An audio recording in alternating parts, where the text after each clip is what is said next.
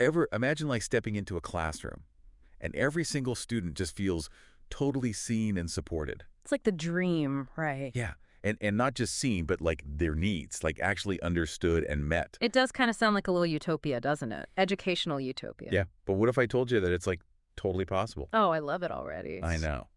So you gave us some research on how to make this a reality. And I am so excited for this deep dive. We're going to be exploring how to personalize learning, support students who have all these diverse needs, and just create that classroom environment where everyone can just thrive. Yeah, and really, I think when you said thrive, that's the key word, isn't it? Yes. We want to get them to that point where they feel empowered to reach their full potential. Absolutely. Yeah. So let's just like start right at the core. The core idea that every student brings like unique needs to the classroom. Yeah. I was thinking about this and I was like, man, when I was a kid, I remember feeling so lost in math class. Mm-hmm.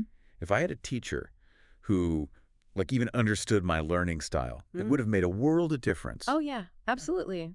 And recognizing those individual needs, it's not just about like being a nice teacher. Right. It's actually fundamental to how they learn. Yeah. And how they grow. Like, think back to your own experience. Yeah. When did you feel truly supported and engaged? It was probably because someone, a teacher or mentor, really got what you needed to succeed.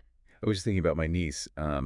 She had dyslexia. Yeah. And she really struggled in school until she found a teacher who like knew how to support her and her learning differences. Perfect example, right? Yeah. That's why addressing diverse needs is just crucial. Yeah. So that kind of leads us to this idea of personalization, right? Yeah. And I know you're thinking like, oh my gosh, individual lesson plans for 30 kids? Right. Impossible. That's overwhelming. Overwhelming. But when we talk about personalization, we don't mean like reinventing the wheel for each student. Okay, so how do we actually make it happen? So think about it more like offering a buffet of learning options. Okay.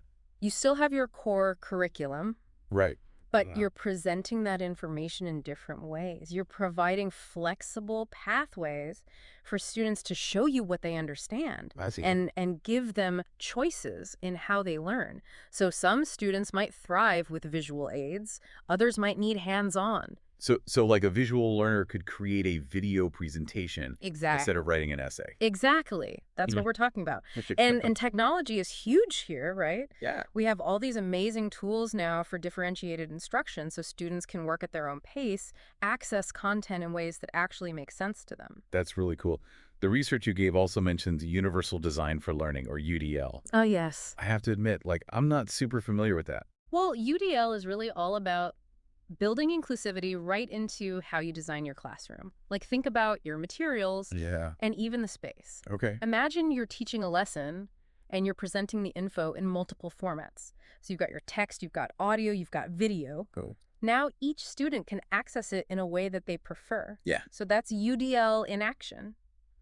And it doesn't just benefit students with disabilities. This is good for everyone. Yeah, that makes a lot of sense. Yeah. So it's about like proactively making that environment where everyone can succeed. From the get-go, yes. From the get-go. And we can't forget students with specific learning disabilities, right? Right. Like ADHD and other needs. Yeah. These students often require like more targeted support and strategies. It's about understanding the unique challenges that they face and providing them with the tools to thrive. Totally. And you know, it's not just about academics. Absolutely. The research also really focuses on social and emotional learning and creating that supportive classroom culture. Yeah, absolutely. And this is where creating a sense of belonging and safety comes in, right? We're talking about how do we foster empathy? Right. How do we teach students to manage their emotions? How do we create a space where they feel like, okay, I can ask for help? I had this teacher, and they would start each day with just a quick check-in, just like, how are you feeling? Love it. And it just made like such a huge difference in how connected we felt. Yeah. Small things like that are so powerful. Yeah, they are. And it seems like schools can really play a huge role in creating that supportive culture. Absolutely. Like beyond the classroom. Absolutely. So how so? Well, think about policies that really prioritize mental health. Think about professional development for teachers. Yeah. You know, on things like trauma-informed practices, or even just providing spaces where students can de-stress and connect with each other.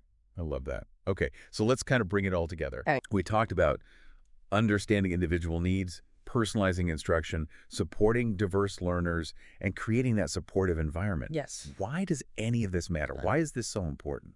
Well, this is about educational equity. This is about making sure all students, regardless of their background, their learning style, or any challenges they might have the opportunity to succeed. We know that when students feel seen and supported, Yeah. they're way more engaged, they're more motivated, and ultimately they're more successful in life. That's a powerful message. It is. And it's not just about test scores and grades. No. It's about empowering young people to reach their full potential. Absolutely. And as you reflect on these ideas, I'd like to leave you with this question. How can we as a society support teachers Yeah? in their efforts to create these truly inclusive and supportive learning environments? That is such a great question. I hope our listeners really think about that.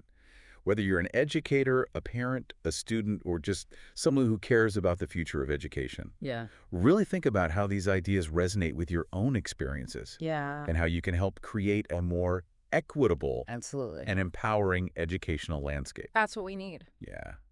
Thanks for joining us on this deep dive. It's been a pleasure.